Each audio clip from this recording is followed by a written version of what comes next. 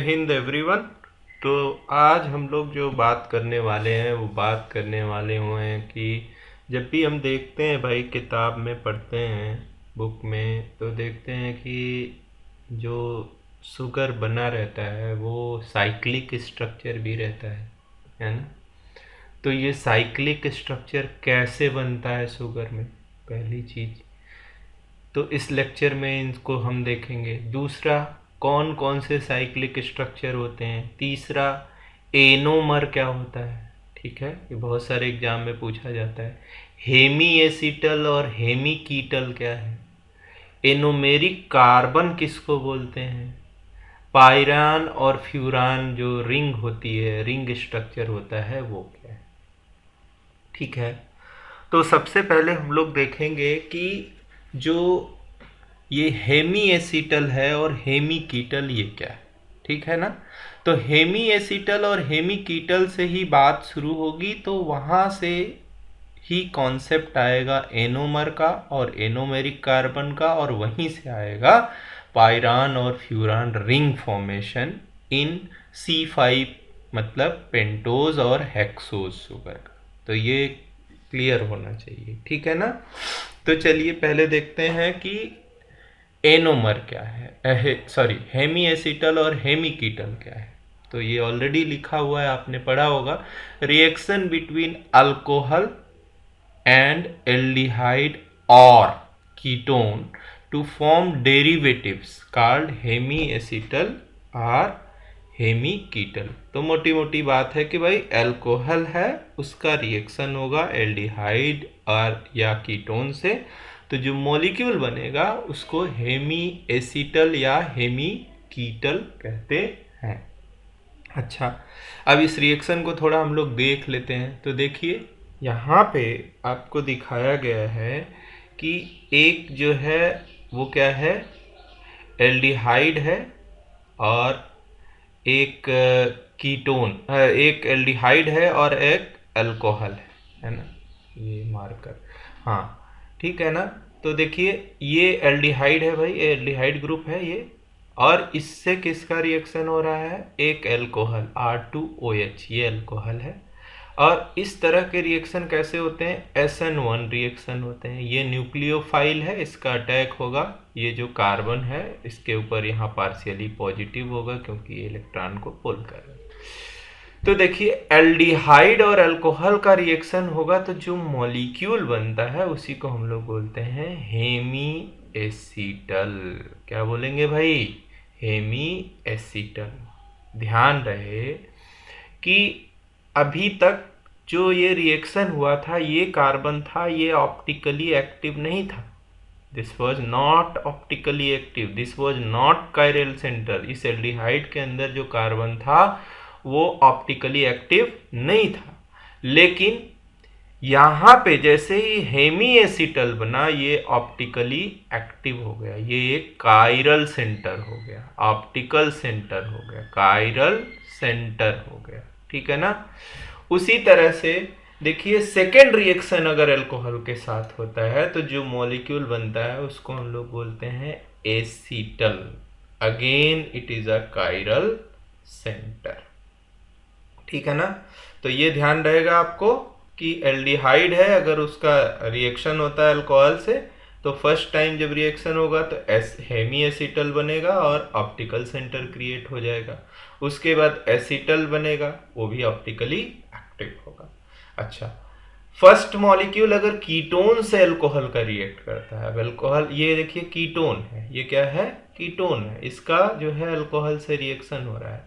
तो अल्कोहल से जब रिएक्शन होगा तो जो मॉलिक्यूल बनेगा वो कीटल होगा। Again this is not optically active carbon, ये ऑप्टिकली एक्टिव नहीं है कीटोन में कार्बन, लेकिन जैसे ही रिएक्शन हुआ ये ऑप्टिकल सेंटर बन गया।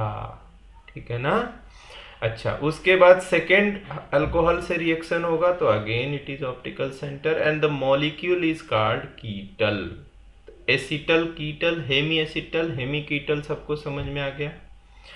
अब इसका हमारे कार्बोहाइड्रेट्स जो मोनोसेकेराइड हमने पढ़ा है उससे क्या लेना देना है, तो देखिए भाई ये बड़ा इंपॉर्टेंट कि हम पढ़ क्यों रहे हैं इसको, ये तो अल्कोहल और जो है केमिस्ट्री है, बड़ा कठिन हो जा रहा है। नहीं भाई, थोड़ा सा आसान कर देते हैं। तो ये रिएक्शन तो सबको आसान लग गया होगा। अच्छा, अब देखिए यहाँ पे ये पेन हमने ले लिया। अच्छा, ये देखिए, ये स्ट्रक्चर तो आपने पहले बनाया है कई बार, डी ग्लूकोज का, है ना। अब इसमें देखिए क्या कह रहा है, हेमी एसिटल और हेमी कीटल फॉर्मेशन में किसका किसका रिएक्शन होगा भाई, अल्कोहल का और एल्डिहाइड का। तो यहाँ तो देखिए एक ही मॉलिक्यूल में एल्डिहाइड भी प्रेजेंट है और अल्कोहल भी प्रेजेंट है। अब ये तो भाई बड़ा अच्छा हो गया, दोनों प्यासा और कुआं एक पास है। तो क्या ये एल्डिहाइड मॉलिक्यूल्स इसके ऊपर अटैक नहीं कर सकते, न्यूक्लियोफिलिक अटैक? जी हाँ, बिल्कुल कर सकते हैं, लेकिन जब C2 करेगा तो वो C2 तो नहीं कर सकता, ठीक, जो रिंग बनेगी वो स्टेबल नहीं होगी। लेकिन ये जो सबसे डिस्टेंट कार्बन है ना, कायरल सेंटर पे अल्कोहल, ये आसानी से इस पे अटैक कर सकता है, ठीक। और ये जो रिएक्शन होगा, कौन सा रिएक्शन होगा भाई, हेमी एसिटल और हेमी कीटल का विद इन द मॉलिक्यूल, एक ही मॉलिक्यूल के अंदर, उसे हम कहते हैं, उसी की वजह से क्या बनता है, रिंग फॉर्मेशन होगा। क्या फॉर्मेशन होगा, रिंग फॉर्मेशन होगा। Again there is a very important lesson that we will learn, that जब इसका अटैक होगा तो ये तो एक प्लेनर स्ट्रक्चर है, जैसे एक पेपर है, उसका ये पेपर है, यहाँ पे कार्बन। अब ये इस पेपर के नीचे से भी अटैक हो सकता है, इस पेपर के ऊपर से भी इस कार्बन पे अटैक हो सकता है। तो जैसे ही ऊपर से होगा तो वो दूसरे तरह का ऑप्टिकल आइसोमर बनेगा, और जब नीचे से बिलो द प्लेन होगा तो दूसरे तरह का आइसोमर बनेगा, और ये कार्बन ऑप्टिकल सेंटर बन जाएगा, जैसे कि यहाँ पे बन रहा था। ये एकदम सबको क्लियर हो रहा है कि नहीं? नहीं क्लियर हो रहा है तो फिर से रिवाइज करना है, ठीक है ना। तो यहाँ पे क्या होगा, इसी का अल्कोहल और इसी का एल्डिहाइड उस पे अटैक हो रहा है। तो देखिए इसमें पॉइंट क्या नोट करना है, monosaccharide both alcohol aldehyde ketone in a structure, एक ही स्ट्रक्चर में प्रेजेंट है ना।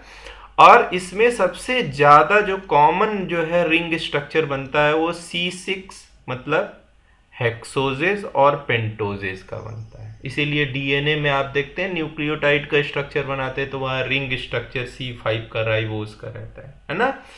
और जब हम 5 कार्बनर या 6 कार्बनर की रिंग बनती है तो वो स्टेबल होती है ना, क्योंकि बहुत स्ट्रेन नहीं होता। तो आपने देखा कि ये रिंग फॉर्मेशन क्यों हो रहा है, due to reaction between alcohol and aldehyde or ketone group. अगर यही फ्रक्टोज होता तो हमारा C2 कार्बन जो था वो कीटोन होता और उससे रिएक्शन होता, ठीक है। तो अब देखते हैं कि ये जो रिएक्शन है इसके द्वारा क्या स्ट्रक्चर्स बनते हैं। तो देखिए यहाँ पे ये ग्लूकोज हमारा है, ठीक है। तो इसको हम लोग स्ट्रक्चर बहुत बार बनाएंगे, मैंने कहा भी है आपको, खूब प्रैक्टिस करिए इसको, ठीक है। ये है ग्लूकोज, है ना। अच्छा, ग्लूकोज से रिंग बनाना है तो क्या करेंगे, इसी स्ट्रक्चर को ऐसे इधर से ऐसे, ये स्ट्रक्चर को एल्डिहाइड को इधर रख देंगे और इसी स्ट्रक्चर को ऐसे हॉरिजेंटली ड्रॉ करते जाएंगे, है ना। ध्यान से देखिए, 1 कार्बन 2 3 4 5 6, ठीक है ना। तो इसी को ऐसे ड्रॉ कर लेंगे तो आपको रिंग बनाने में आसानी हो गई। तब आपको ये नहीं समझ में आएगा कि OH ग्रुप ऊपर रहेगा कि ये OH ग्रुप नीचे रहेगा या किधर रहेगा, आप आसानी से ड्रॉ कर सकते हो। तो यही हमने यहाँ पे किया है। देखिए यहाँ हमने इस एल्डिहाइड को रख लिया, उसके बाद का जो कार्बन है तो उसमें जब हम इस मॉलिक्यूल को ऐसे करेंगे तो यहाँ OH यहाँ पे आएगा, तो मतलब ये OH रिंग के बाहर की तरफ, ये रिंग के अंदर की तरफ, ऐसे ऐसे बनाते चले जाएंगे। तो ये स्ट्रक्चर ड्रॉ करना आपको आसानी से आ जाएगा। अब देखिए यहाँ वही बात हो रही है जो कि इससे पहले हमने की है, हेमी एसिटल का फॉर्मेशन होगा। कैसे होगा भाई? यहाँ जो ये पांचवा कार्बन है, पांचवें कार्बन पे जो ये OH ग्रुप है, उसका अटैक हो रहा है किसके ऊपर? कार्बोनिल के ऊपर, एल्डिहाइड के ऊपर, and that reaction will form what? Acetal और हेमी एसिटल। हाँ, आप बताइए। हेमी एसिटल का फॉर्मेशन होगा, एसिटल का नहीं। जब दो बार अल्कोहल का रिएक्शन होगा तब एसिटल होगा, ठीक है ना। एक ही बार होगा तो क्या बनेगा? क्या बनेगा? हेमी एसिटल, है ना। तो अब देखिए, हमने आपको बताया था कि ये कार्बोनिल कार्बन एक प्लेनर स्ट्रक्चर है, ऐसे प्लेन है ना। तो इसके नीचे से भी OH का अटैक हो सकता है, ऊपर से भी, ठीक। तो ऊपर से होगा तो डिफरेंट ऑप्टिकल आइसोमर बनेगा, नीचे से होगा तो डिफरेंट। और ये कार्बन, ये अभी तो ऑप्टिकली एक्टिव नहीं है, ठीक है। ये कार्बन जो आपको दिख रहा है ये अभी ऑप्टिकली एक्टिव नहीं है, क्योंकि इस पे क्या चार डिफरेंट ग्रुप लगे हैं? क्या ये कायरल सेंटर है? नहीं है। तो जब नहीं है तो ये ऑप्टिकली एक्टिव नहीं है। लेकिन the reaction, the moment the reaction takes place, है ना, वो हाइड्रोक्सिल ग्रुप का अटैक होगा। तो अब देखिए, हाइड्रोक्सिल ग्रुप ये है, और ये जो आपका 6th CH2OH है, इससे अपोजिट है, मतलब ये इस तरफ है और ये इस तरफ है। तब इसको बोलेंगे अल्फा। डी का मतलब हम लोग समझ चुके हैं, ग्लूको, ग्लूको, है ना। ग्लूको मतलब ग्लूकोज से है। पायरानोज, पायरानोज क्यों बोलेंगे? कितने कॉर्नर की रिंग है ये? 6 कॉर्नर की। जब तो 6 कॉर्नर की रिंग बनती है तो उसको पाइरेन रिंग बोलते हैं, ठीक। और ओज का मतलब मैंने पहले ही बता दिया कि शुगर रहेगा तो उसके एंड में। लेकिन यहां हमको जो समझना है वो बहुत इंपॉर्टेंट है, इसको आप एकदम बिल्कुल ध्यान से समझ लीजिए कि ये OH group away from the CH2OH 6 carbon जो है उससे अपोजिट में है, दूर पे है, तो उसको हम लोग बोलेंगे अल्फा। उसको डिजिग्नेशन देंगे अल्फा। और अगर ये OH ग्रुप उधर की तरफ ही है जिधर ये CH2OH है, तो इसको बोलेंगे बीटा ग्लूको पायरानोज। पायरानोज क्यों बोल रहे हैं? 6 कार्बन की रिंग, ठीक है ना। तो ये कॉन्सेप्ट सबको क्लियर हो गया कि अल्फा बीटा दो तरह के फॉर्म बनेंगे, ठीक है ना। अब इसको देख लेते हैं। Monosaccharide that differ in the hemi acetal and hemi ketal carbon is called anomer. ये जो फर्स्ट कार्बन है ना, ये जो फर्स्ट कार्बन है यही ऑप्टिकली एक्टिव बन रहा है, तो यही क्या हुआ? हेमी, अब एल्डिहाइड है तो इसको बोलेंगे हेमी एसिटल, और यही क्या है? हेमी एसिटल, है ना, हेमी एसिटल। तो ये दोनों मॉलिक्यूल जो अल्फा बीटा बने, ये दोनों क्या है भाई? कहाँ पे डिफरेंस आ रहा है इसमें? एनोमेरिक, हेमी एसिटल और हेमी कीटल कार्बन, इसी को एनोमेरिक कार्बन भी कहते हैं। क्या कहते हैं? Anomeric carbon. अब ध्यान से यहाँ पे एनोमेरिक कार्बन, ठीक है। अब एक चीज यहाँ पे ध्यान रखनी है कि ये अल्फा बीटा में डिफरेंस क्या है भाई? अल्फा बीटा में डिफरेंस है कॉन्फ़िगरेशन का, ठीक है ना। दोनों में डिफरेंस किस चीज का है? Configuration of OH group. OH group का जो कॉन्फ़िगरेशन है वो डिफरेंट कर रहा है। तो ऐसे जो ये अल्फा बीटा है इनको क्या बोलेंगे? एनोमर बोलेंगे।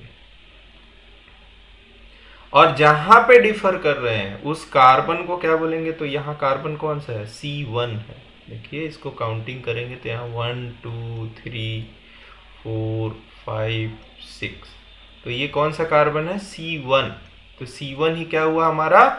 वही Hemy acetal hemi ketal carbon हुआ, या पोजीशन हुआ, या उसी को एनोमेरिक कार्बन कहते हैं, ठीक है। और ये जो डिफरेंस है इन दोनों में, इन अल्फा बीटा को ही क्या बोलेंगे? एनोमर बोलेंगे। क्या बोलेंगे भाई? एनोमर बोलेंगे, ठीक है। नेक्स्ट देखिए, तो अब हम बात कर रहे थे कि रिंग फॉर्मेशन। तो देखिए, अगर आपका पेंटोज शुगर है ना। तो पेंटोज शुगर है तो उसमें आपका जैसे फ्रक्टोज है तो उसमें सेकंड पोजीशन पे वो है क्या, कीटोन ग्रुप है ना। तो यहाँ पे देखेंगे तो आपको 5 कार्बन की रिंग बनेगी। अब मैं इसको याद कैसे रखता हूँ तो आपको भी ट्रिक बता देता हूँ। फ्यूरान मतलब 4 कार्बन, नॉट 4 कार्नर। क्या बोलते हैं, 4 कार्बन। देखिए 1 2 3 4, ये 4 कार्बन है, ठीक है ना। तो इस पे हम याद रखते हैं ये फ्यूरान रिंग है। और अगर 5 कार्बन हुए, 1 2 3 4 5, और ये तो कार्बन है नहीं, ये तो ऑक्सीजन है, ये हेटेरोसाइक्लिक रिंग है। तो ऐसी रिंग को हम लोग पाइरेन नाम देते हैं, इसको फ्यूरान। ये ऐसे कंपाउंड होते हैं केमिस्ट्री में, है ना। तो उनको फ्यूरान बोलते हैं, फ्यूराडान, है ना। ऐसे कंपाउंड्स होते हैं तो उनके सिमिलरिटी की वजह से इनको नाम दिया गया पाइरेन एंड फ्यूरैन। और याद करने का तरीका है, फ्यूरैन में कितने कार्बन होंगे, कार्बन कार्बन कितने होंगे, 4। तो रिंग कितने कार्नर की होगी, 5, ठीक है। तो ये देखिए नीचे दिखाया गया है आपको, जैसे ये ग्लूकोज है तो ग्लूकोज में देखिए 1 2 3 4 5, 5 कार्बन है तो कौन बोलेंगे भाई, पाइरेन। तो ये पाइरेन रिंग बनती है ग्लूकोज में, ठीक है।